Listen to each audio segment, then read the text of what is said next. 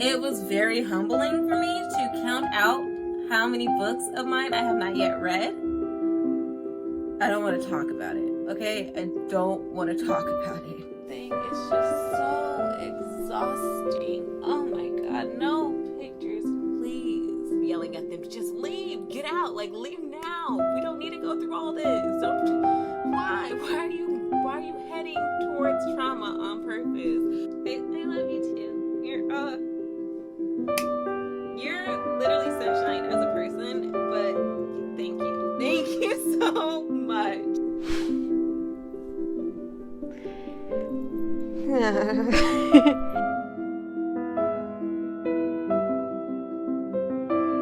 Hey y'all, it's Kalia Monique. My first name's Kalia, my middle name's Monique. It's Kalia Monique, and today we will be talking about my June TBR. First of all, this video is kind of late, just a little bit late.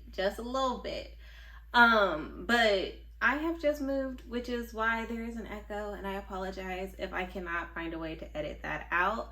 But yeah, I just moved. For the longest, I didn't know where I knew where my books were, but also I didn't have the setup to be able to go through my books and then put them on the bookshelves.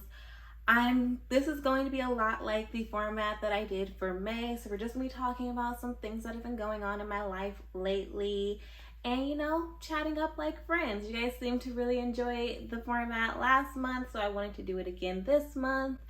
But it's kind of the reverse of last month because instead of packing my books, I will be unpacking them. And yeah. Also, last video, I feel like there was a lot more movement that y'all could see. Like you guys could see the progress of me getting the books and putting them into the boxes. This time, again, trying to get used to the fact that now I have a whole nother room that my books will be in. So you guys actually won't be seeing too much of that, but I hope that you at least enjoy the conversation. There is some things going on with this month in June, and that is Whateverathon. The readathon is happening this month. I'm very excited. I did participate last year, but I didn't have a channel then, so we shall see how this goes down. For some reason, y'all create so much pressure, and all of a sudden I can't do the things I said I wanted to do. If you wanted to know information about Whateverathon, I will leave that link down below because I'm not about to explain it.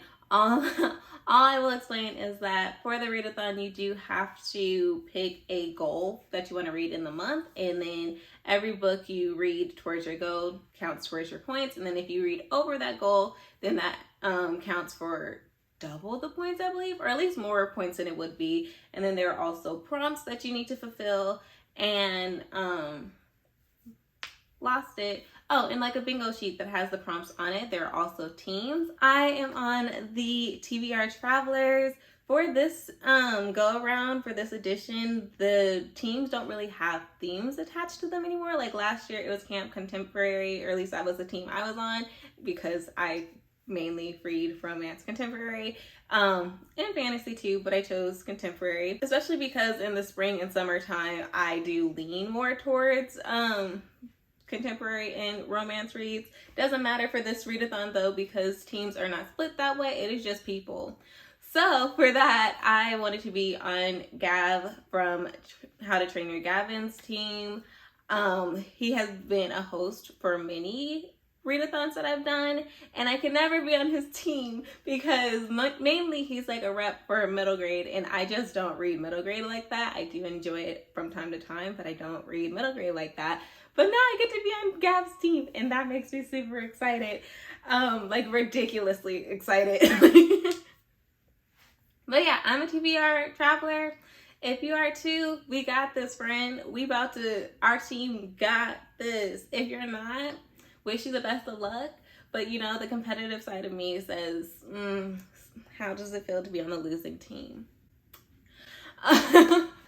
But anyways, I'm just gonna grab whatever books I feel like reading, because for Whateverathon, you really are just allowed to read whatever you want. If it fulfills a prompt, then it fulfills a prompt, and that's great. If it doesn't, then it doesn't. I feel like no matter what I read, I will end up getting the prompts, because if I could read whatever I want and get the prompts for the magical readathon, I for sure damn well can do it for a readathon that literally told me to do whatever I want.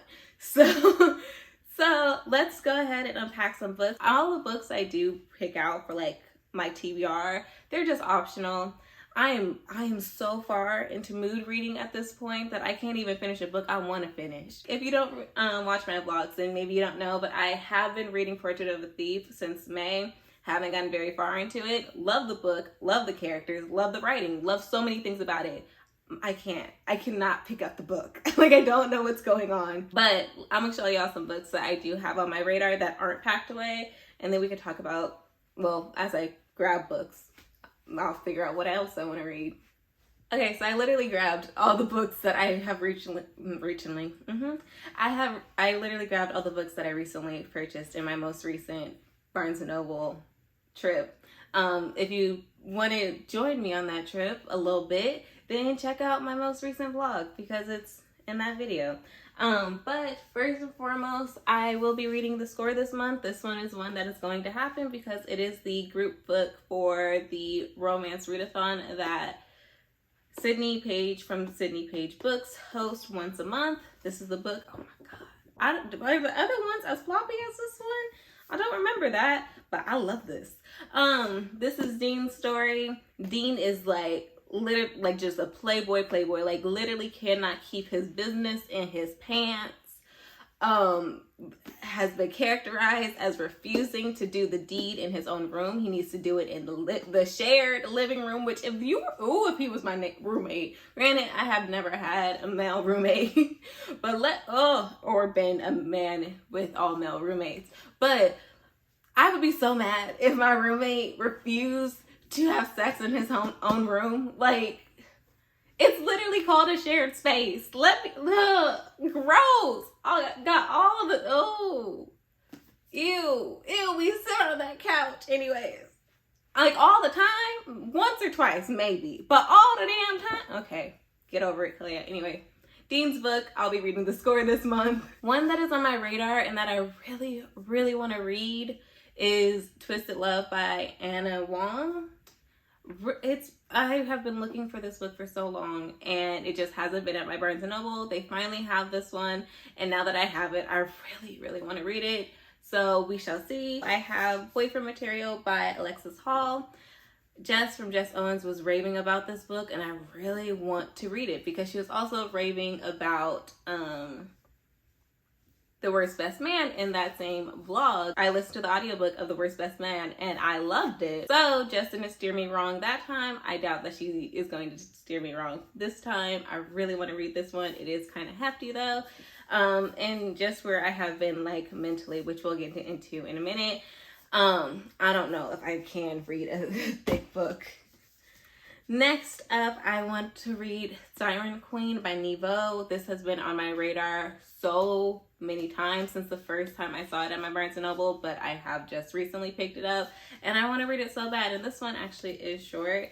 I love a good Hollywood story, so I hope that I can get to this one. Also, if you came here to know what books are about prior to me reading it, this is not the channel for you. I do not read synopses. This one has to do with old Hollywood. She is a Chinese American actress trying to make her way into Hollywood, but she refuses. Oh, and this is like old Hollywood. So her only rule is that she refuses to play a maid, and is completely fine being the monster of their narrative. But they're trying to own more than her story. They're trying to own her body and the women she loves. I only remember that because, like, how do you not remember that line? Boyfriend Material, literally know nothing about that. It's like opposites attract, I believe. Maybe fake dating as well. I don't know. I'm just here. Twisted Love, literally know nothing about that book. It's just vibes, and I've heard great things. I know. Actually, I kind of heard, like, mixed things about it. So we shall see. We shall see. We shall see. So yeah. Those are on my radar. Here's the thing about these damn boxes. They're heavy as fuck. Like, literally, boxes are broken on the handles. The mover, I think, broke one of the handles. I've broken some handles, all because of the book boxes. There are also 4 boxes that I have that have books on it. I literally just found the last one while looking for my ring light. I'm, like I said, these things are heavy as fuck. Like, I'm not picking it. I'm not bringing it into my room. I don't know how to show you guys.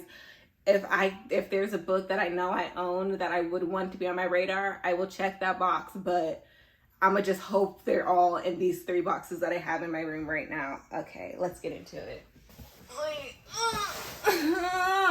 This one's not that heavy, I say as I groan throughout the entire thing. Alrighty. Where am I gonna, I guess I just in front of me for now. First up, I'm seeing a lot of books I've already read, so not a good sign. But let's go ahead and talk about my life at the moment. I think we're gonna do a quick check-in, like mental health wise, emotional wise. How y'all doing? Let me know. Like, seriously, I want to know how you're doing. And for full transparency's sake, I'm not doing all that well. I'm like okay, because I do feel like this time too shall pass. But with the whole move, grab books, Clea. It's supposed to help you get through things. With the whole move, I just feel really sad because my grandma was supposed to be doing this move with us, and of course she has passed away. She passed away in February. She is such a light in my life, and now she is gone. If you don't know, this tattoo, it's butterfly, a lily, and a rose. The rose represents my dad's mom, who passed away when I was 16. The lily represents my mom's mom, who passed away in February. And then I am the butterfly that they are supporting and constantly around. They have always been my angels. When they were alive, now that they're passed, like, they are my angels. I know this for a fact. They had like a little grandma support group. Well, not support group, because I wasn't a problem child or anything, but they like made a little club of like, that's our baby, that's our girl. And they were like, Kalia's, well, my nickname, Kalia's grandma club. And like just that type of support that was always ingrained in my life from day one, and how they became just close friends just because of me and their love for me. Like, that's gone now, and it's a struggle. God, I always feel guilty like bringing up that my grandma has passed, because I feel like I've mentioned it so much, because I keep being like, how are you guys doing? And then I'll talk about how I'm doing, and it always has to do with like, not that great, because, you know, still grieving. But I'm trying, like, I kind of feel bad about it, but then it's like, okay, well, I want to be honest on my channel. I want transparency, and I want people to feel comfortable being transparent with me. So, you know, I have to like talk about it so much. And I don't know, I just get really self-conscious that maybe I'm being a downer about it. But I mean, I can't help that. Like, there's nothing I can do about that. Okay, so far this box has nothing that I will be reading this month. Damn. But yeah, so I've just been going through it when it comes to like the move and everything. It's difficult moving. It's just like a new life change that has, like, it was a life change that was definitely needed. That old apartment just made me so angry and just brought so much negative energy into what should have been like a safe haven for me. So I'm definitely happy to be gone. It's just, it's bittersweet at best, you know? Next up, let's talk about what literally took up the entirety of the last video, TBR. Let's talk about the media I've been watching and consuming, because y'all, I have wanted to talk about the reality TV that I've been consuming. I was so ready to do this video so I could talk to y'all about it. But I never had the space to set it up, like I already talked about. One box down, no books added to the TBR. Oh God.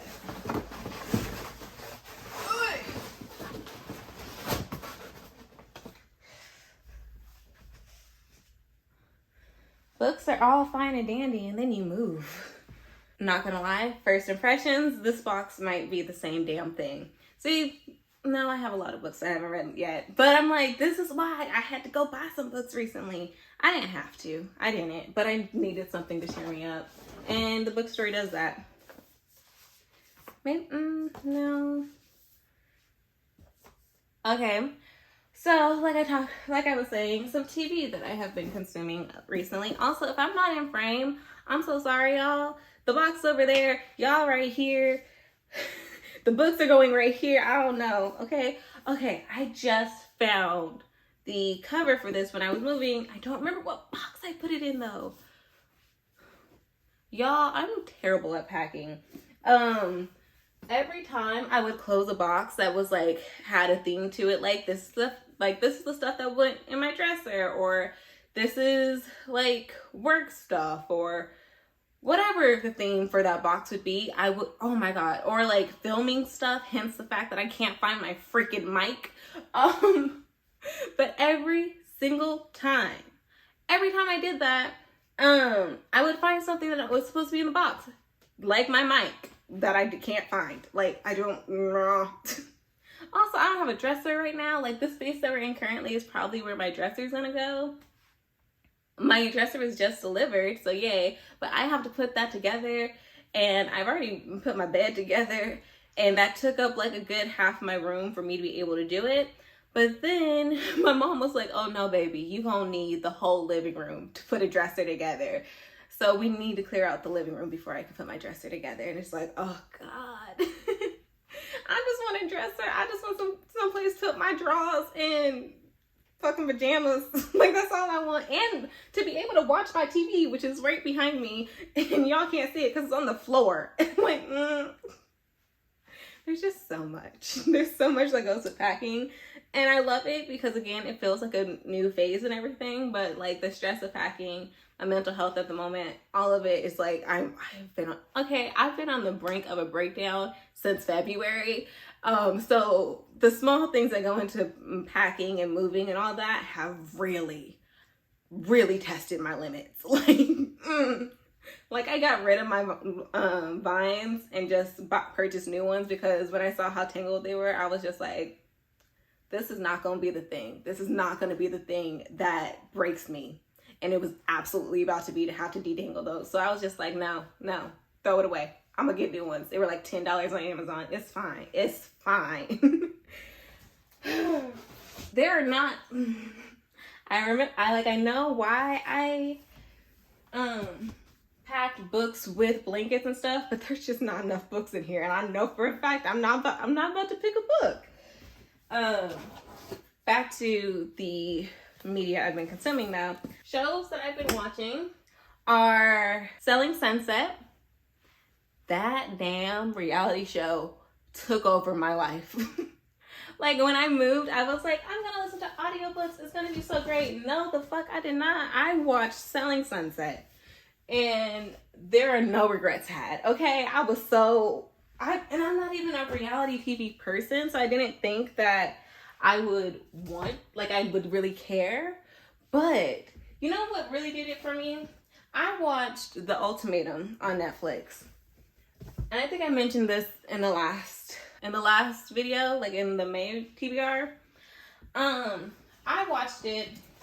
I cared nothing about it because, as Kenny JD mentions in her review of this show, it is like a reality dating show in which none of the original couples need to be together. Like they really do not.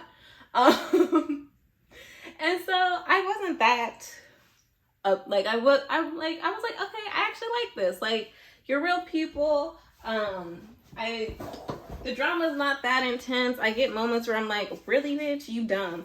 But you're being kind of ridiculous. And the fact that they're all like my age basically in that show, talking about you need to marry me or I'm done. We are in our early 20s. Girl, if you don't have some damn fun, live your life there. Oh no. God, no. I mean, shoot, different strokes for different folks. But I mean, their age absolutely was highlighted in the show. Like, their reactions to things, the way they communicated with each other. I was like, and you want to get married? You're talking about having children? No, baby, you a baby. Grow up first. God damn. So after watching that, I was like, you know what? This was a perfect way to just like listen to something while working. No commitment, no like hard investments in it, because that's the thing because my mom loves like Love and Hip Hop, The Real Housewives of whatever the fuck, like any of the different cities. Are they cities? Are they split by cities? Because it's like, is Beverly Hills a city? County? Counties. Yeah, they're split by counties, right? I don't know. They don't have one of Seattle, so I don't know. But that's why I don't really watch those, because it's just drama on top of drama on top of drama. And the whole time I'm just like, you are too rich for this, sis. Like, you really care that much? Just flaunt how rich you are. Just do it. Keep going. Because, like, the arguments they have, I'm like, this is literally something that only an extremely wealthy person would give a fuck about. No, I can't do it. I cannot. Especially because, like, most of the franchise is, like, mainly white women. So, like, you really want me to be invested in a bunch of rich white women stories. No, not me. I am not your target demographic at all. Not in the slightest. Like, not even close. Like I said, with the ultimatum, I was like, you know what? Okay, I don't care that much about it. The drama is not too intense. It's not a bunch of rich people with rich people drama. And I watched the ultimatum ultimately because I do like, what is that one called? I do like, Is Love Blind? And I don't even know really why I like it, because let's face it, the second season was not giving what it needed to give. And Shake is an actual problem. I do like the experiment of it. And again, the drama is about like relationships. And I don't know. I feel like I, as a viewer, can have like discussions within each problem that occurs in that drama or whatever. Because it's like, it's a little bit more real is basically, I guess, what I'm thinking. And for some reason, the fact that it's more real makes it feel less dramatic, or like, well, duh. But it makes it feel,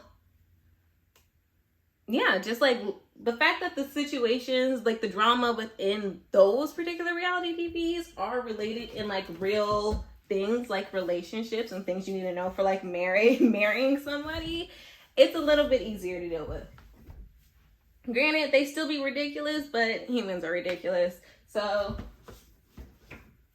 yep, just like I thought, none of these books I want to read this month. I'm in a really big, like, romance mood, y'all. So, if it's not romance, if it does not feature romance heavily, I'm just not there. Not now. Not mentally. My life's a mess. I want fluff. With your legs clear. Lift with your legs. I'm way too pretty for this much. I'm sweating. I'm too pretty for manual labor. Ew.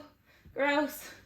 Why can't movers also unpack your stuff for you exactly where you want it to be? Like, I feel like that. Oh, movers by themselves are already expensive. But you talking about, I'm actually, oh no, that's definitely going to be a pricey thing. Okay.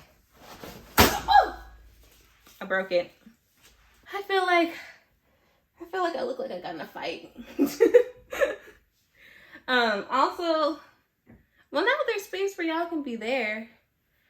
But another thing I'm gonna have to figure out, ideally I'll be filming in the room that's gonna have the books in it. But for when I'm doing like vlogs and stuff, because it's something that I noticed while editing the vlogs, my closet has mirrors now. And first of all, I've always wanted a closet with a mirror. I think mirrors open up spaces so much. Like, no matter how small the space is, like a mirror can really open that up. And also, I don't have to pay for a like huge mirror because my closet doors are mirrors. I love it. But with that, again, if you've seen my past vlog, I could see myself in the background because of my closet mirror, and I was like, oh, that's distracting. Damn it. But anyways, what was I talking about? Oh, reality TV, the type of reality TV I like. Let's get into Selling Sunset. Because again, this was also kind of like, okay, rich white women drama, I don't care. But first of all, the whole reason I wanted to watch it is because they finally got a black girl. Of course, that's what brought me to it. And I actually ended up loving her. I got nervous because as I was watching it, I started like YouTube, you know, the FBI agent that lives in my phone decided to tell YouTube that I'm interested in selling Sunset because all of a sudden there was like people reviewing the show or whatever. And so I just clicked on one of them because I was like, yeah, let's talk about it. And the reviewer that I had watched was like, I forget literally all of their names. I'll try to figure it out in a minute.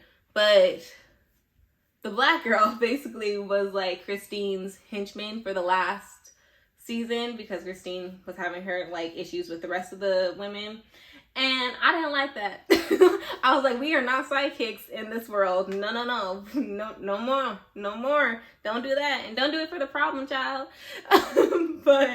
But I actually ended up liking it. Like, I don't feel like she was her henchwoman. I don't feel like she was a sidekick. I definitely feel like she was able to stand on her own. Now, pause the video real quick. Who do y'all think is my favorite character? And let's do this. First of all, anybody that can figure out who you think is my favorite, I said character. Whoever you think is my favorite cast member, comment it down below. Men are included, by the way, just for, you know, equality. Men are included, but I want you to tell me who you think is my favorite cast member. But also, let's do a list. So from, on you guys' end, do it from who you think is my favorite to who you think is my least favorite. I'm going to talk about my least favorite to my favorite first, okay? So, my least favorite person, this means I gotta remember names. Okay, ooh, okay, I know, and I know who I really cannot stand, and so hopefully you commented who you think is my favorite and who you think is my least favorite. I'm gonna tell you who my least favorite is now as soon as I remember what her name is. I'm gonna have to pull it up. All I knew was the initial of their name. My least favorite person on the show is, I literally forgot that quick. Davina. I can't stand her. Like, not even a little bit. Oh my God. And she kind of got better in the 5th season, but I was like, we have 4 seasons of you being like horrible in my opinion. I don't like people like that. It's so annoying. So Davina's whole character arc is that she's easy to fade into the background. No, like literally, she, like everybody else is blonde. Oh goodness. Oh, we got a book that might be on my TBR. While We Were Dating by Jasmine Guillory. I'm kind of sort of thinking about doing a Hollywood romance vlog. Let me know if you guys would be interested in that. I kind of also feel like I'm going to do like a kind of series on my channel of just completely reading romance. I know a lot of people do this. I love romance so much. So if we could do like theme romances, I think that would be cool. But yeah, this might be on my radar this month. I read by the book by Jasmine Guillory, and I've also read The Proposal before, and I just was like, you know what? Both of those books were okay for me. I might just trust her. Ooh, what is in here? Do I want to read Pride and Prejudice? We're gonna put this on right here. Yeah, anyways, back to Selling Sunset. Davina, she annoys me so much. I don't like people like her who just say mean things for the sake of saying mean things. Like, let's face it, we all have thoughts that can be on the meaner side, but there has never been an inkling or a morsel in my soul that has ever been like, yeah, say that. Or yeah, comment that on like YouTube or Instagram or whatever. Anytime I think something that might be negative, I might think it and then be like, really, Kalia, did that thought just cross your mind? That was so rude. Or like if someone does something that makes me mad on Twitter or something, I'll get so close to commenting, and right when I'm like halfway through the tweet, I'm like, this is not important enough for this. Like, who cares? Delete, you're fine, sis. But Davina, just says mean ass shit and then expects people to be like, okay, whatever, and markets it as I'm just being real. The fuck you are, bitch. Because that was my thing. The whole time Christine was like, well, she's real and all the rest of you are fake. No, the rest of them were nice. There's a huge difference between being a nice person and being a fake person. And in my opinion, no one on that show was fake until season 5 when Davina all of a sudden was a cheery person. I don't know.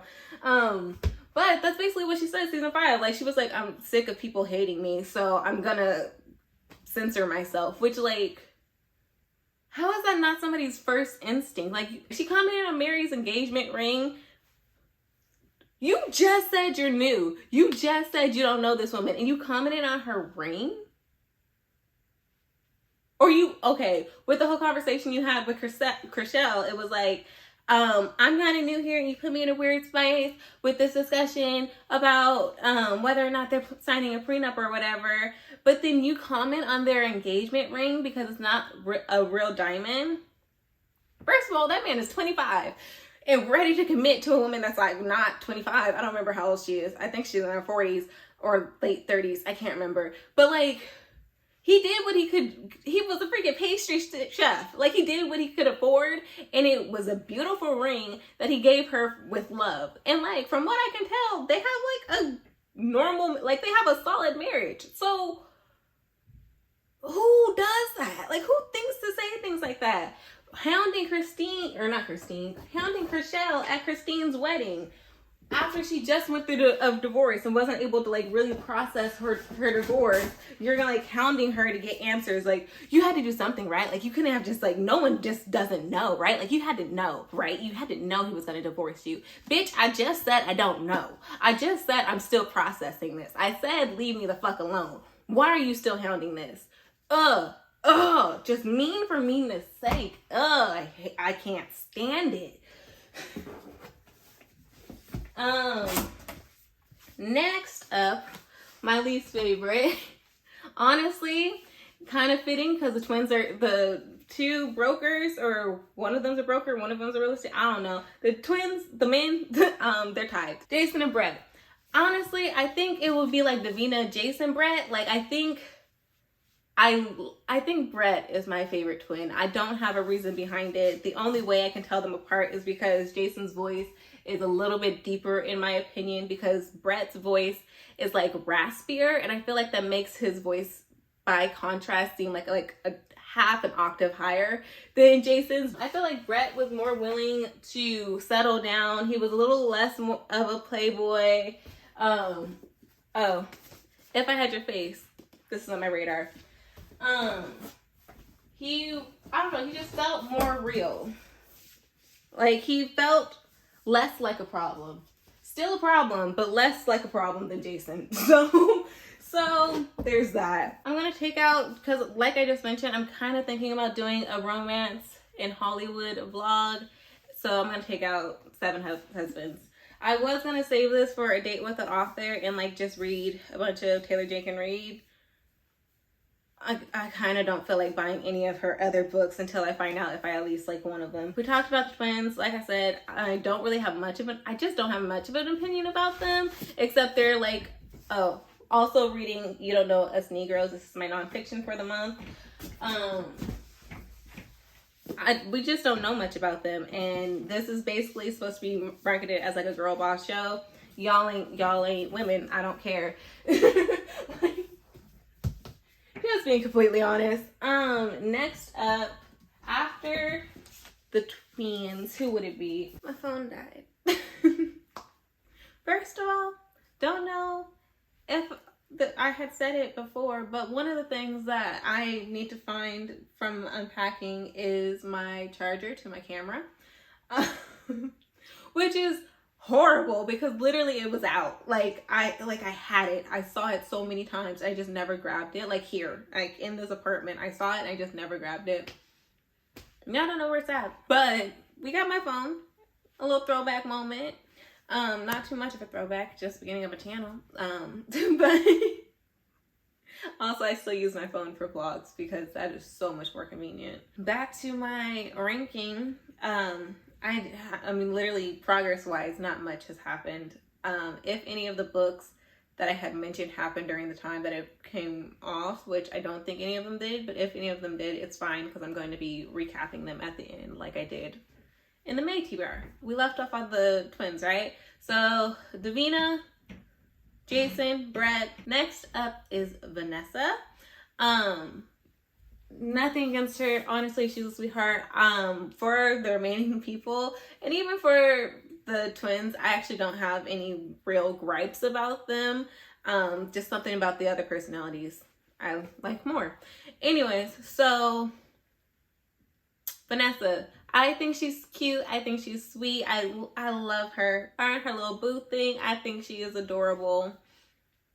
But she is easily fading in the background. Oh, also during the time that I waited for this to charge, I did actually go and get the fourth book, or the fourth box. God, is it heavy. So heavy. It has to be like the first box I packed or something. First of all, the box looks like crap. Like it has gone through some things. I don't know how, because we barely moved a mile away. So I don't know how it looks like that, but it been through some things and it was very hard to get into my room. A lot of twisting and finagling. It was a lot. Also realized my dress was backwards. So happy I didn't leave the house because my bum would have been out. Like let a gust of wind hit and my whole bum would have been out. I guess in that same sense, then my badge would be, but you know, my hands, I don't know. It doesn't, no, it wouldn't be. But my butt would have been. Anyways, no one cares. So yeah, Vanessa, after Vanessa, her friend that came with her. Next is Emma. Just like Vanessa fades in the background, so does Emma. I like her little romance plot line. I like her little boss. Like out of all of them, like she really seems to be about that bag. And you know what? Respect. Okay, I gotta respect that. She would be pulling in those very expensive houses, and like again, I really stand a person that's really into their bag. Like she is about the money. She said, I have a certain lifestyle I want to live, and I'll be damned if I don't. If I don't live it, then it like that's not even an option. I will live the life I want to live, and I love it. I love that for her. I gotta figure out how I'm getting this box up here. Oh my God. Okay. Oh my God. How did I lift this? I couldn't lift it before. Do I have adrenaline? Next up after Emma, I'm gonna say Heather. She definitely doesn't fade into the background, so I'll give her that. But she always seemed very dense, I would say. Like she seems extremely smart. Like that's never been a problem. Like I feel like she's a smart woman. But she just very much seems to be in her own world and happy to be in her own world. Just like, I don't know, just very privileged. Some of the times where she's like talking about her problems, I'm just like, girl, you're fine. You're fine. It's okay. You know, her whole arc is that she loves love, and so do I. But again, she just seems like that's all she really cares about. And again, not a problem with that, but again, she just seems very dense.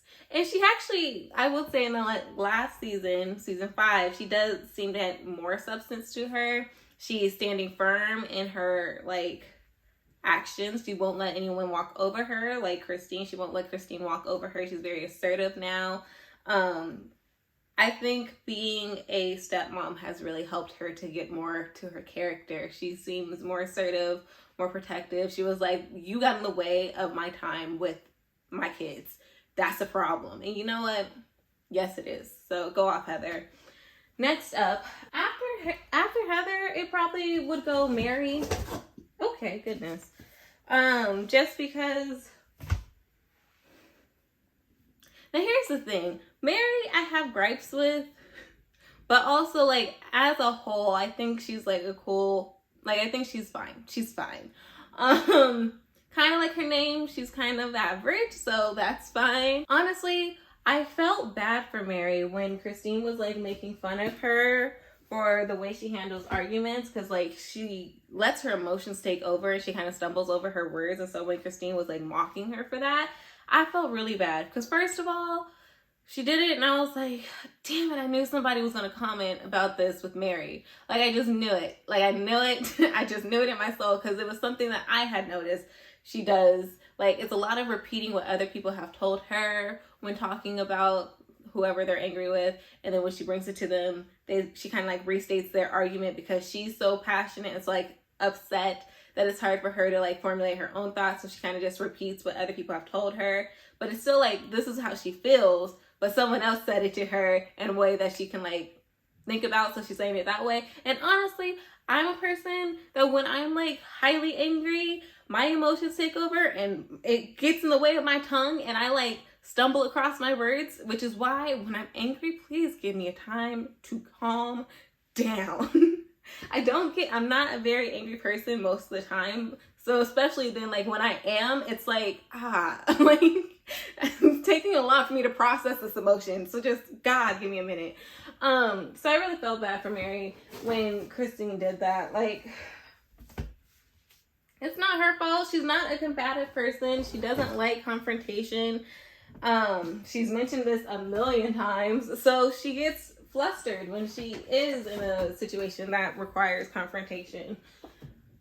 Happens to the best of us, sis. Oh, also with Mary's story, like, honestly, a lot that I like about Mary has to do with her relationship with her husband.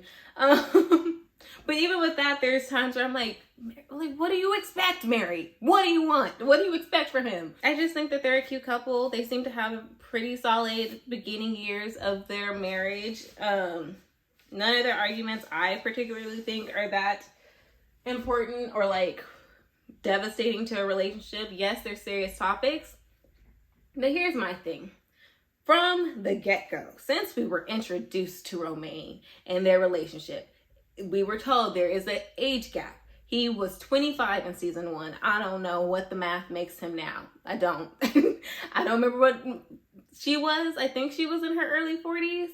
Maybe late 30s. I genuinely can't remember, but there's an age gap there. Every single one of their arguments that they have, first of all, just feels like a plot line that the show is forcing them to have, like the producers are forcing them to have, because there's no way in hell you can convince me that you married this man knowing your age gap and all these problems that you're having have to do with the age gap.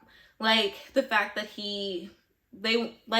fertility, the fact that he was like, I want kids, just not now. So she was like, okay, we need to talk about freezing eggs and stuff. The fact that she went through the whole fertility thing without consulting him, and then how that conversation happened. They made him wanting to wait for kids seem like such a dramatic thing. Once again, this is the person that is close to age as me. I'm 23. He's 25. In 2 years, I'm going to say I want kids in couple years down the line. I don't want it at 25. Like, I know in 2 years I'm not going to be ready for kids. Technically next year, because I'm turning 24 this year, I'm not going to be ready for kids. Fuck that. No. Like, why would you think he would be like, yeah, let's go now?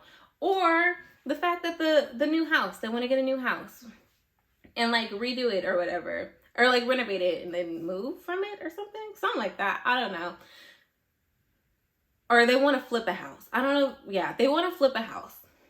Romaine says, I don't want to get a house if I cannot contribute to it 50%. Makes sense to me. If that's what he wants to stand on, I respect it. It makes sense to me. Go for it. Like, okay, you want to contribute 50-50 in this relationship. Appreciate that. Like, honestly, seems healthy to me. And especially since like one of the like main things that they kind of try to do in the first season was talk about how Mary contributes most of the money. And then they were like, no, it's 50-50 in our relationship, to then go a few seasons later and be like, no, I'll contribute most of the money for this house, this huge investment in our life. And you can just like work on it. And yes, that works out for them ultimately. But don't come to him and say, hey, I put a bid in for a house that you won't be able to contribute half towards. Oh, I just did this for a house. No, we need to find a house right now. And you want to contribute 50%, but I'm ready to go now. Of course you're ready to go now. Woman, you're in your 40s. He's in his 20s. Those are totally different phases in life. So why the hell are you mad at him for not being ready for this? this is stuff you should have talked about before you got married. Again, because they feel like things that the producers have inserted for the sake of Mary having a plot with her marriage, I don't think it's that big of a deal in their relationship. I genuinely don't. Like, you genuinely can't convince me that you married a man that was 25, knowing that he was young, and then are mad at him every time his standing in life or where he is in life isn't where you are. You are in your 40s. Dang near 20-year age gap, maybe a 20-year age gap, I can't remember. But no, he's not going to be in the same place as you. There's no way. There's no way. He needs to go through different phases of life. If you guys want to have kids now, he was ready for kids, and then you said you wanted to break. Okay, both sides, very valid. But now he's in a place where he wants kids, apparently. You don't. Respect both sides. He compromised with that and wanting kids earlier than later because of your age and how reproductive how reproduction works. Like, you know, women we kind of decline when we get to a certain age. Makes sense that would be something you're concerned with. He compromised with you and said, yes, I will get ready for kids earlier in life. Now we're talking about money. Why the hell are we talking about money? He's in a new business. He's doing more with that business. He's more successful with that business, and like monetarily is getting more money with that business. And you're still not happy because you're making more right now and you want to do more with your money. I don't get it. I don't get it. I know you're a realtor. I know you know how the housing market is working, but also you should also know that when it goes down, it comes up, and when it comes up, it comes down. Like, I don't get it. Like, I just don't get it. And it was very annoying to me that all their arguments, every time they had an argument, I was like, he's 25. He's 26. He's 27. Like, what do you want from him?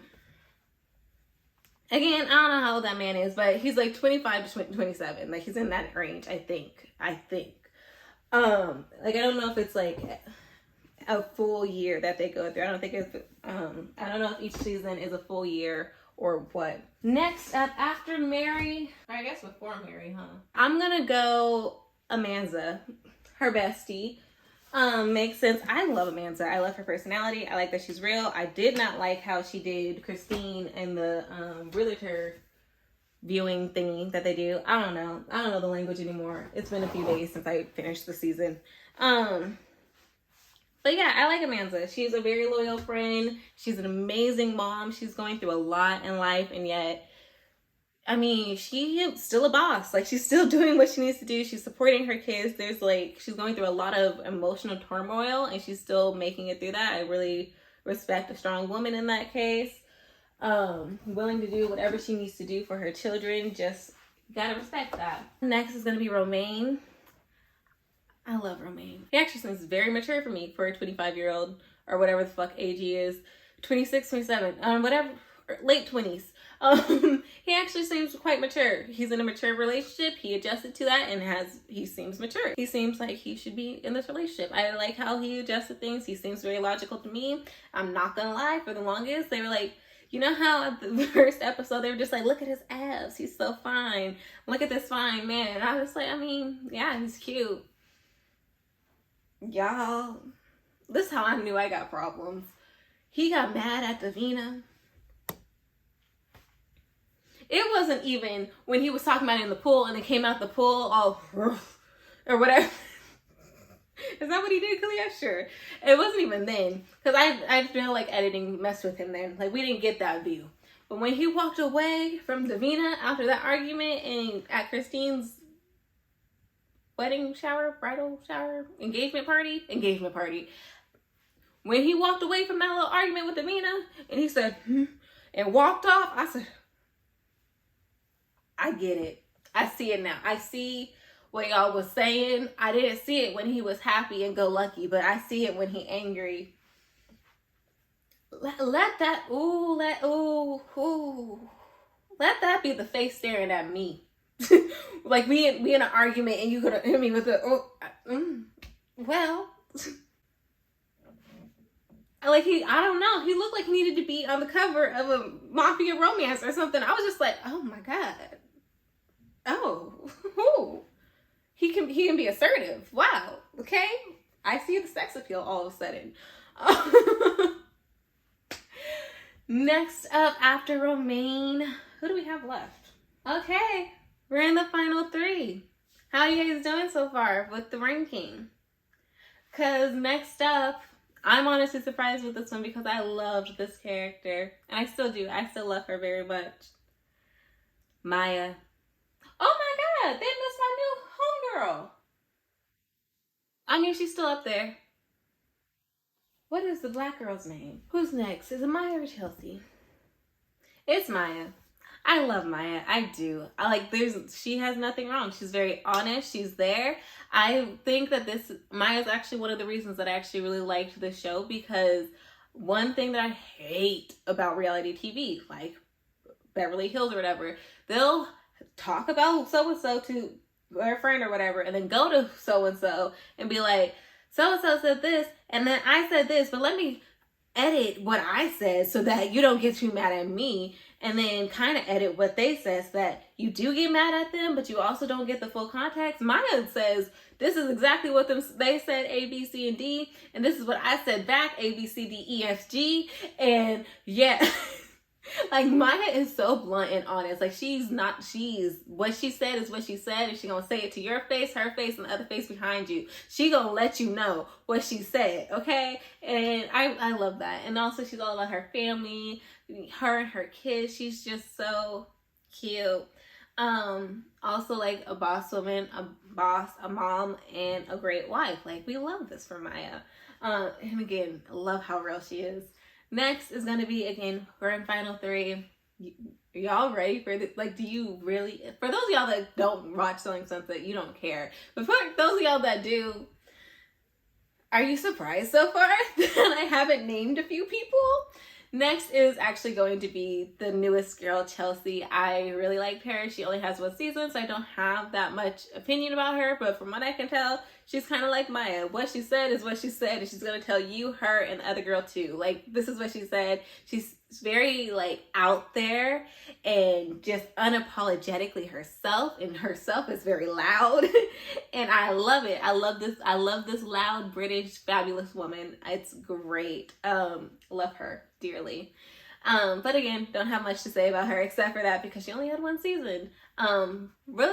She's also, from what that 1 season shows, she's also gonna bring in that money, okay? We love a woman that is about her money, her family, and her husband. She got the whole package, and she's fabulous too. I love it. Love it. Next up, I'm gonna say, next up is honestly kind of hard for me to pick. Because they're literally 2 sides of the spectrum when it comes to Selling Sunset. Of course, the last 2 people I have to mention are Christine and Chrishell.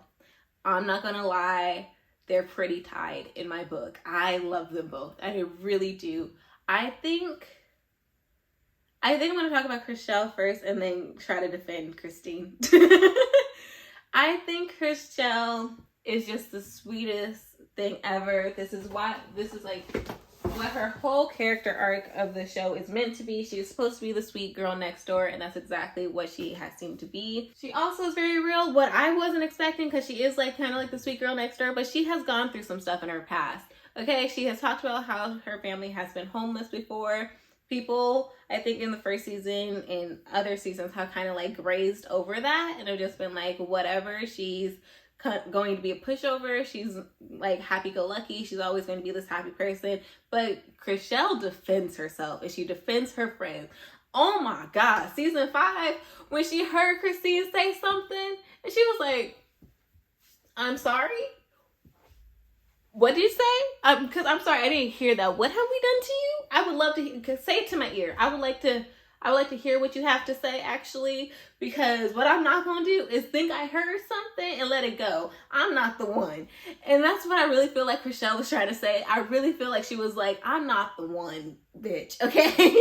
And I'm like, wow, I'm proud of her. She's been through stuff and it shows in the way that she defends herself. I feel like because she is kind of like this she's pretty, she's like an actress, I feel like people have let her, where she is now and where she was at like the beginning of the show, like financially and living wise dictate how they feel about her and like what they expect from her. But she has gone through things. She has been homeless before as a child during her like transformative years. She has gone through homelessness. That's a very huge part of her arc. But guess what? When you go through homelessness, you have to be a very tough person mentally. Like, she was like, I've been bullied before. I've had people come, like, be mean to me before. I'm not a pushover. And she absolutely showed that. And I respect that wholeheartedly. Like, she's very real. I think at the very beginning, she's kind of like Mary. Like, she doesn't like confrontation. But unlike Mary, Chrishell's not afraid. Like, she doesn't like confrontation, and she might get emotional. She might shed a few tears. But also, when you push her to her limit, tears is gone, baby boo. No more tears. I'm gonna let you have it, because I let you walk over me a little bit. I let you go. I let it go. That's the whole point. I let it go over and over again, and you kept trying me, so no more letting it go. I'm right here. Let's go. We don't have to fight physically, but I'm gonna fight you with these words, okay? We're not doing this anymore. And I loved it. I loved it so much. Honestly, those are my favorite moments of Chrishell. Next up, again, tied with Chrishell for first place. I know, because considering they can't stand each other, that's kind of funny. But Christine, I really do like Christine. Don't get me wrong, she has problems. She definitely is also somebody who is mean for meanness sake at times. In fact, many a times. But Christine is an example of a hurt person hurting people as a defense mechanism. Never letting people get too close, because she's probably been burned before in the past, but she doesn't talk about it. So that's honestly just an assumption based on her behavior. And because I feel like people will compare Christine and Davina's personalities. Here's the thing. I feel like Christine is mean, like when she has her mean moments, technically, like, it's not always mean in my opinion. Like, did you need to say that? Absolutely not. But you did, and you're standing in it. So, I mean, hey, at least there's that. Like, and most of the time she's like, this is just how I joke. Like, I have a very self-deprecating, sarcastic humor. Not a lot of people get along with that. Not a lot of people get along with that personality. And sometimes her tone doesn't make it seem sarcastic or like she's joking, but hey, she does say things kind of like off the cuff that she doesn't take too seriously, but it does impact other people, and that's not nice, and that's not fair. However, the difference between Davina and Christine, I feel like Christine is mean for herself. Like, she's not necessarily being mean to people to hurt people. Yes, that's what happens. She does end up hurting people, but she's saying things very flippantly, like I said, kind of as like a defense mechanism, not allowing people be too close to her. She has this image of herself that she wants to uphold, whether it's real or not. And that kind of requires her to be kind of like the mean character. Also, I do feel like a lot of this has to do with producing as well, and kind of like creating a character arc within the show. Considering she didn't even show up to the reunion, and considering they constantly were talking about what the people said in the tabloids, like, well, I was supposed to care. I'm gonna tell you this: if I didn't see it in the tabloid, I don't care. If you constantly have to tell me what the tabloid said, then maybe that means you're not that famous and we need to stop caring. Okay? I'm sorry. That wasn't meant to be mean. Honestly, I think fame is overrated. So if you have to explain what the tabloid said, that means that you feel like, that means that you and the producers of this show feel like there is a good chance that even the people that are watching the show, even your target demographic, the people that love this show, you feel as though even they didn't see this. Even they didn't see this on the tabloid. Now, I don't know how y'all's Google work, but my Google is on some BS. And every time I even think about somebody, they end up on my news feed. Remember how I said that this box was like beat up and had gone through some things? It was next to a tower of boxes that apparently were being supported by it, that I didn't realize, and I didn't realize that, so that tower just fell. I hope everything is fine, but one of the boxes did say fragile. So I'm kind of nervous to check that. Right after this, I will though, and put that stuff away. It's like kitchen stuff too. So I'm like, fuck. And I felt one of the like things that are really packaged well, and it seems like it's like our mugs, maybe our bowls too. The mug didn't seem broken. I didn't check it though. And the bowl that I also checked, and I think is a bowl, also didn't seem broken. So I feel like it's fine. It did kind of land on something that might have just provided a bit of cushion. Also, it seems like my mom packed this stuff very well, so I don't think anything happened to it, but now I'm super nervous. But yeah, like I was saying, with Christine, again, I feel like the things that she said that are mean are like a defense mechanism, and she's more so saying it to at her own expense. Like, she's saying it because she feels bad, and she's she is just saying these mean things. Like, it's a defense mechanism. She's not necessarily saying it to hurt people. Yes, that happens, and sometimes it's like to hurt people, but also most of the time it just seems like a defense mechanism. It seems like she's hurt, and so she says things that could hurt others, not necessarily meaning to hurt others. Like, she kind of wants them to joke about it with her, and they're not those type of people, so that does really end up hurting them. Davina, on the other hand, she seems like she is a hurt person seeking to hurt people. She wants people to feel as bad as she does. She's not happy in some aspect of her life, and so she wants other people to feel just as bad about that. Like the whole Chriselle thing, when she was like hounding Chriselle at Christine's wedding, like, you had to know you were getting divorced, right? You had to know. It doesn't just happen. You had to know that something was going on. And Chriselle was like, no, I didn't know. Like, please stop talking to me about this. Then we find out that in the next season or whatever, that Davina has gone through a divorce. And it's like, if you know what divorce is like, and you know this woman is going through a fresh divorce that she claims she did not know was going to happen, why would you go out of your way to hound her about that? That's just mean. You're not happy about how that divorce happened, so you found out that that was like a weakness that Chriselle had, and you attacked it.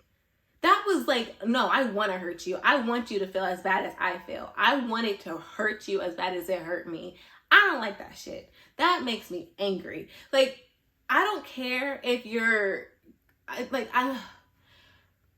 no matter what your trauma is, it is your responsibility to work with it. It is not other people's responsibility to navigate your life and navigate how they interact with you to not cause more trauma. Like, I don't know how to phrase this, because obviously you never want to trigger somebody or like instigate instances of trauma.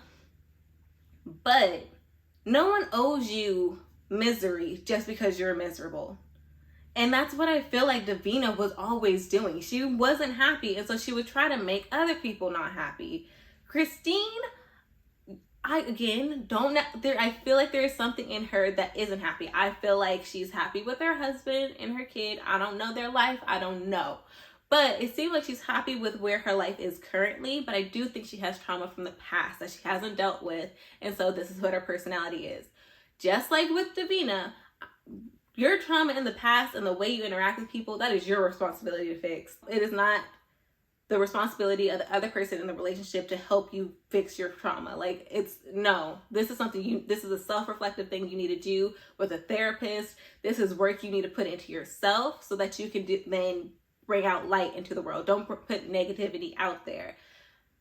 That being said, Christine's personality, she's loud, she's out there. I love her wardrobe. I do. Her clothes, it's just so pretty. And I know, because again,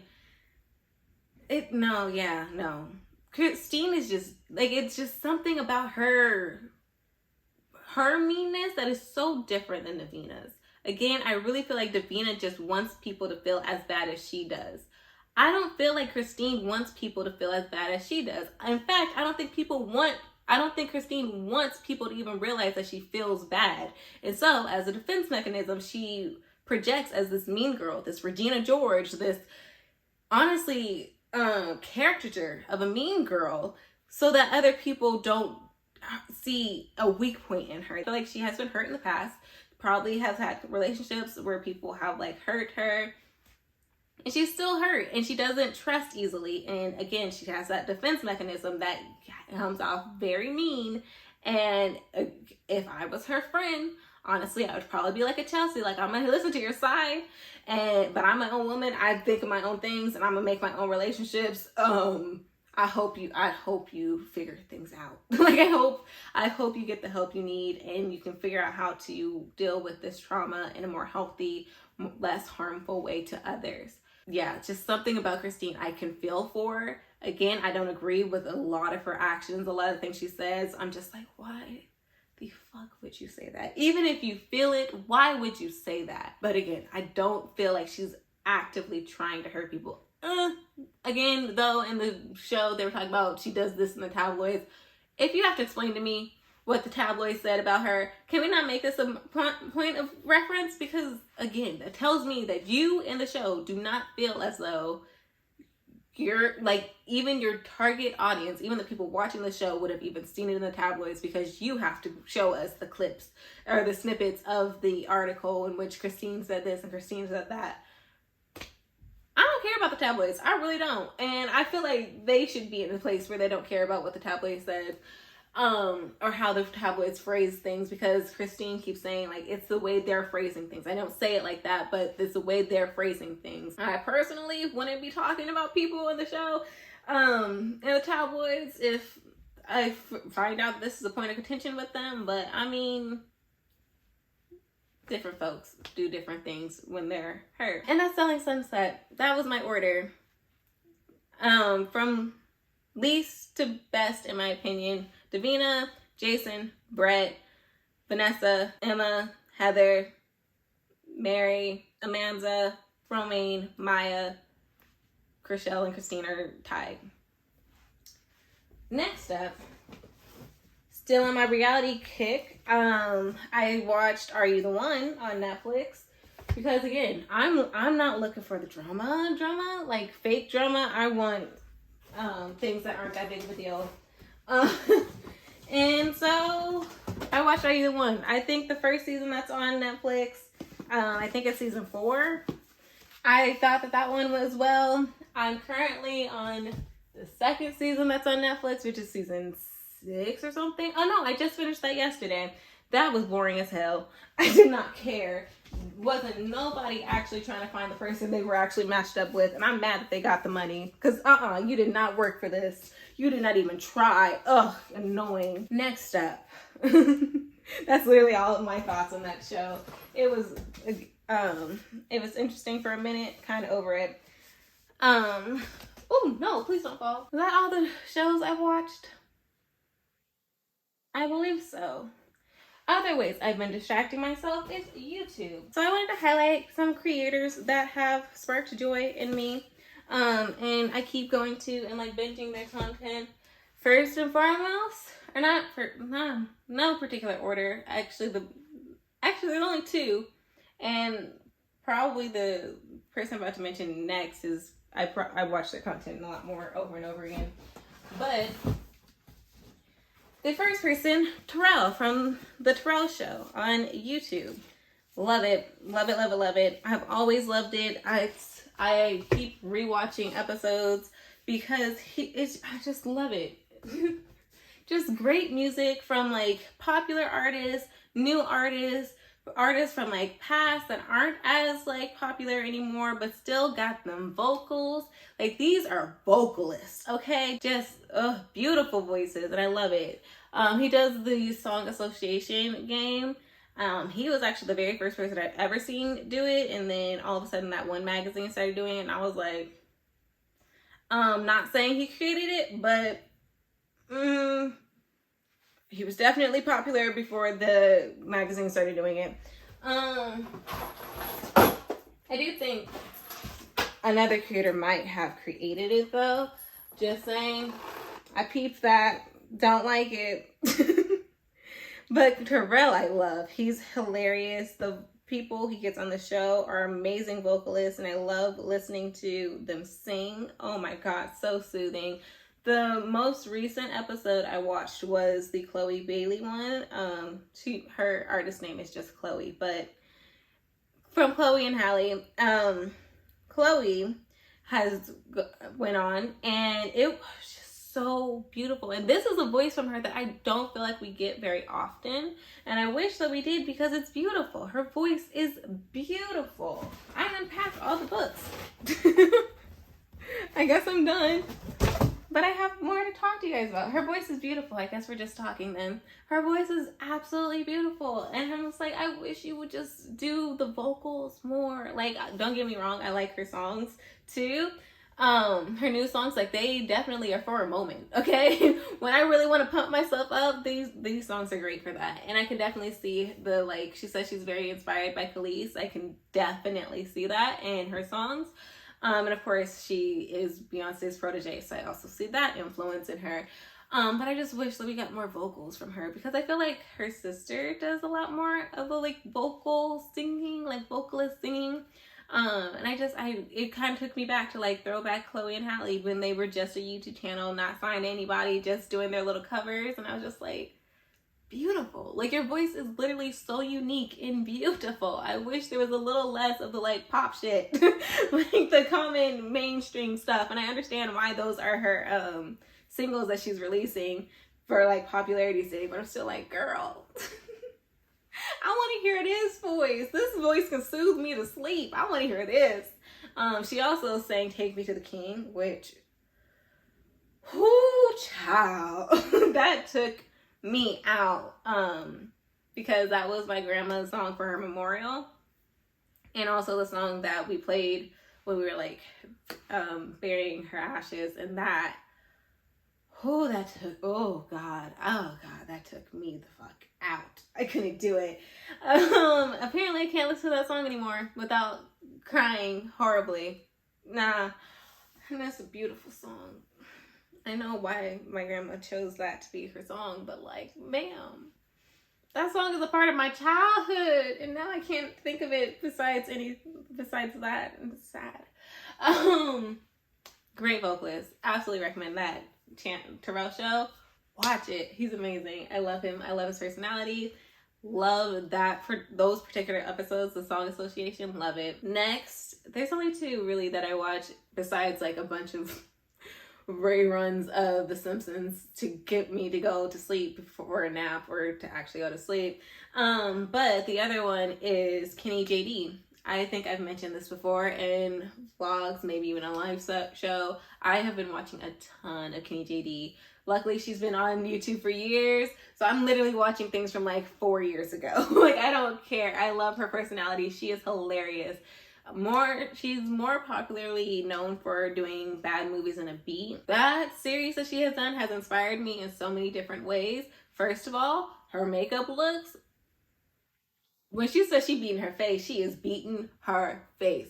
Beautiful, just gorgeous. I haven't been playing in my makeup like I used to play in my makeup all the time. I have a pretty extensive makeup collection. But I just haven't been doing it since the pandemic. Like, for what? Watching Kenny though, I'm like, oh my god, I'm inspired again to, like, play with my makeup. Still trying to, like, learn things. I'm trying to do new things with eyeliner, play with eyeliner more.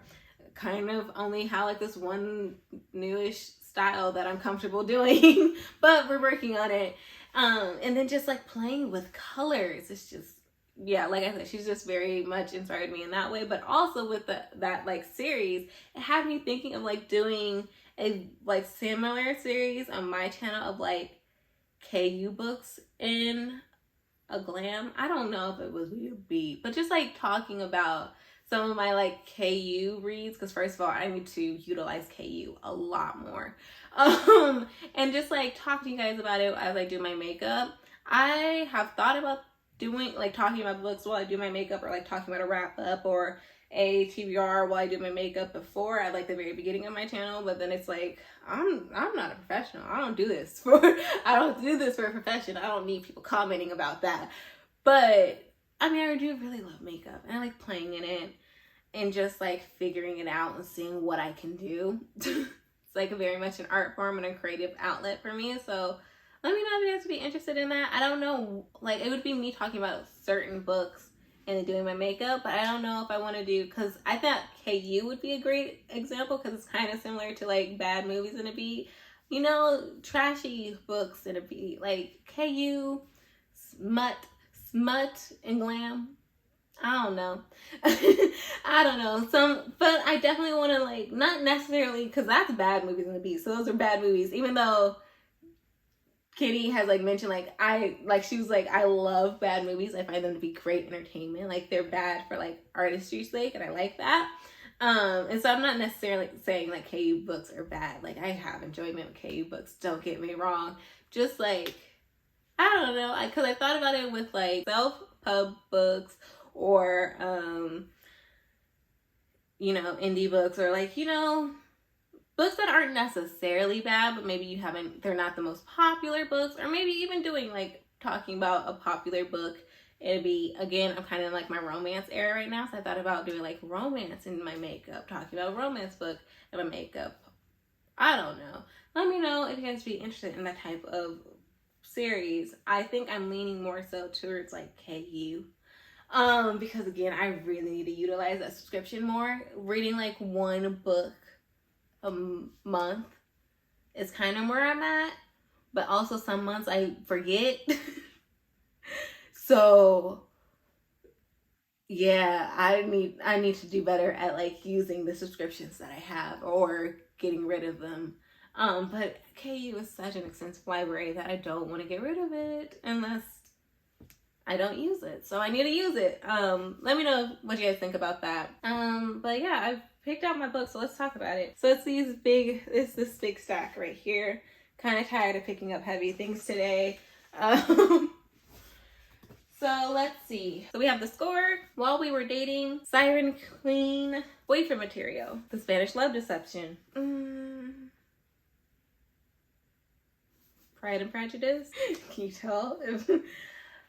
Twisted Love. I was thinking about this one for a vlog. But I done pulled out the other books that I own, and I don't have any companions for this. I'm missing books. Fucking hell. How is that even possible? I don't know where that one Hollywood book that I have. I don't know how to describe it outside of that. While We Were Famous, I don't remember. It's green. It was on my TBR before, and I just never read it. Vicious by Audition, If I Had Your Face, Seven Husbands, and Zeronia. Oh, no, sorry. And You Don't Know Us Negroes. I forgot though. I do have this bag that has some of my, what are they called? Special editions in them. So let's see. Are there any of these? Oh, very first one I pulled out, Blood Scion. Definitely high on my radar. All right, so let's try to trim some fat. I mean, do I really have to? I kind of just want choices this time. Before, for Asian Readathon, and I never gave an update of what I read for Asian Readathon. Well, that's not happening. I did it though. I read some books. I think, like I said, this was for a vlog. I'm thinking about doing this for one of the episodes of the, like, reading romance vlog. If you could think about what that theme would be, hint, hint, again, comment that down below. I'm gonna not read that this month. This is one of my priorities, If I Had Your Face, because I've been wanting to read this since forever, like the second I got it. At least 2 years ago, probably more than that, because I have no concept of time. As far as I'm concerned, we're still in 2020. So yeah, this is high up there. You Don't Know Us Negroes is absolutely my nonfiction for the month. Siren Queen is absolutely happening. The Score is absolutely happening. While We Were Dating, I think, can be, like, one of the runner-ups with Vicious.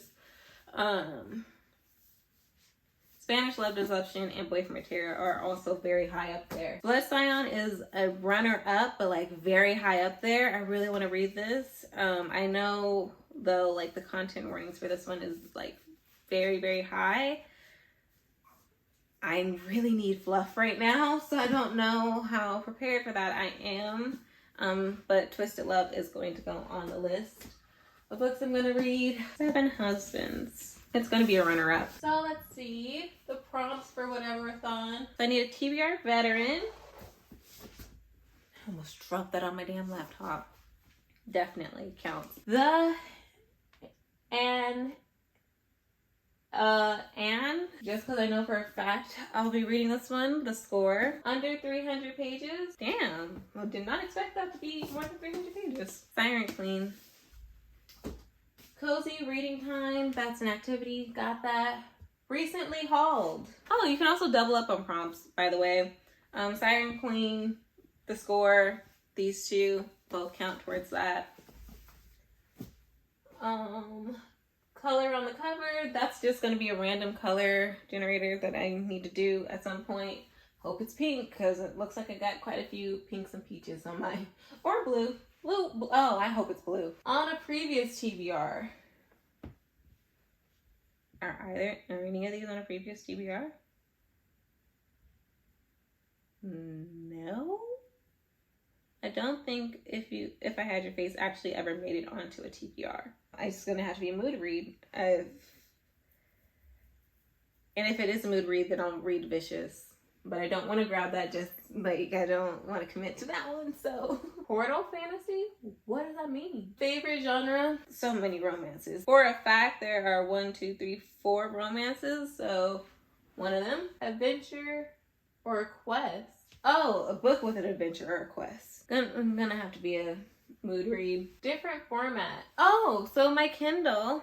I do have some reads on that I'm eyeing. I always have reads on there that I'm eyeing, so I don't know what's going to be my Kindle reads going forward, but that's covered. One word title. Does the count? Because score? I don't know if I own any one word titles, so that'll be an interesting one to figure out. Host fave. I don't know any of their faves. I haven't checked them, and last time I remember seeing any of them, I had either already read the ones that I would have considered or just wasn't interested in any of them. So we'll see if I ever do one of those. Continue a series. Oh, the score is a part of a series. Last letter, first letter. That is the one that tripped me up last year. So I'm absolutely going to figure out a way to do it this year, okay? I'm going to figure it out. Listen, I will figure it out. It's not going to be on my TBR right now, but I will figure it out. That is the prompt that tripped me up last time. I will not be the prompt that trips me up this time. I think last year I had 1 prompt left, maybe 2, but they irked me. Oh yeah, I had 2 last year. It was that first letter, last letter, and it was also rereading a book, because I tried to reread it and I just couldn't. GPS. Oh, so like the letters? Negroes has a G in it. Poll. I'll do it at some point. Less read genre. This is not present day. I do very poorly when it comes to reading something that's not present day, if I'm being completely honest, unless it's in a fantasy world. So this, honestly, and that's why I was honestly kind of nervous to put it on my TBR, because it's very hard for me to read things. Like, even the fact that this is like Hollywood, so like, again, I'm assuming it's like 1920s-esque era, and even that's too far. Like, that's too far away from what I usually read. So it would be this one. Oh, a middle grade for Gap. Do I have a middle grade I haven't read yet? I do. I don't know where the hell I put it though. Oh, it's literally at the bottom of a stack. We'll see. We'll see if it happens. 2021 release. 2021. Also, no, I think this was way before 2021. Ooh, but I'd be wrong. When did you come out? I already have an answer, and I'm still like, but I did it even more so than that. But yeah, from what I can tell, I have at least 2. When did Twisted Love come out? Oh, I love a playlist. And Twisted Love too. Oh goodness, the 3 romances that like are really high on my radar, like these 2. Oh goodness, these 2 are popular, so I've definitely wanted to read them for a good minute. Just haven't gotten a chance to. This one never fit a TBR because I've been doing a lot of readathons lately, apparently, and then I could never find this one. Now I found them, and I'm excited. And then this wasn't on my radar until we did the romance readathon with Sydney. So yeah, love that. I have 3 options for that. Like I said, that first line I'm looking pretty good for. Probably gonna hit that bingo. But it's me, y'all. So you know I want to hit a blackout. If you don't know what a blackout is, I don't know how many people play bingo. But a blackout is when you clear the board and you get everything. That's going to be a huge challenge, especially since I haven't started my TBR yet. Oh, I did read one book this month already, and that was The Worst Best Man. So, yeah, I'm adding that to the TBR, but I've already finished it because this video is coming out later in the month, a little bit later, just a little bit, but it is later. And yeah, that's all we have for this video, y'all. I talked about what I've been consuming lately. The move, honestly, is what I've been consuming lately. It has been all move and work stuff, so not that much in that. But we did reach a milestone that I haven't gotten to talk about on the channel yet, and I reached 400 subscribers recently. Oh my goodness, thank you so much. And it happened very quick. Like, I remember I was trying to plan something to do for 300, and by the time that happened, we were at like 350 already. So thank you so much to all the new subscribers here. I hope you guys enjoy your time here. I'm like, I don't even know what to say. I just really appreciate it. My 1-year anniversary on YouTube is coming up next month. It is July 7th. So yeah, I mean, if you want to get me a YouTube birthday present, it would mean the world to me if we made it to 500 before my first birthday, or like on my first birthday here. Clearly I'm not one, but if we did do that, that would be really special and great and really cool. I'm already just, so I don't even know what to say about it now, but if you would like to help me get to my goal of 500 by 1 year, share this video, like this video, spread the word. You guys mean the absolute world to me. Thank you so much. Like I mentioned before, just like mentally, I have not been here, which is kind of made me feel guilty, especially with that, like the fact that there are so many new people here, and I've been having a hard time with content and stuff, but welcome. I'm excited that you're here. I hope you enjoy being here. Yeah, that was like my cheeks hurt. I'm smiling so hard, but yeah, thank you all so much. There they are. If you enjoyed this video, if you enjoyed my face, my voice, my actions, go ahead and press that like button down below and press the subscribe button and bell notification if you'd like to be notified when I upload. If you'd like to stay connected with me, as I would like to stay connected with you, I of course will have all my social medias linked down below as well. And if you'd like to support this channel further, I will have my Ko-fi and Amazon wish list linked down below as well. I'm finally moved in, so the Amazon wish list is open once more. I believe that is everything, although I am probably forgetting something because I always forget something. But bye guys.